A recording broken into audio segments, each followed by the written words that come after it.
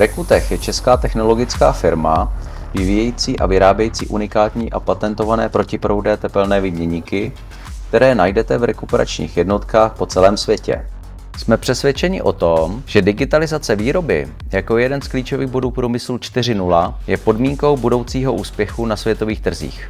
Také proto jsme si vybrali informační systém Helios Nefrit od Asseco Solutions.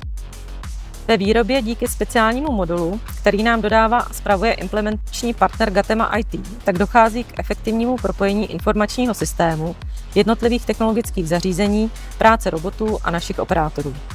Mimo to nám nejnovější verze systému Helios Nefrit pomáhá s kompletním fungováním naší společnosti, a to jak v administrativě, vývoji a výrobě, tak i s expedicí zboží zákazníkům.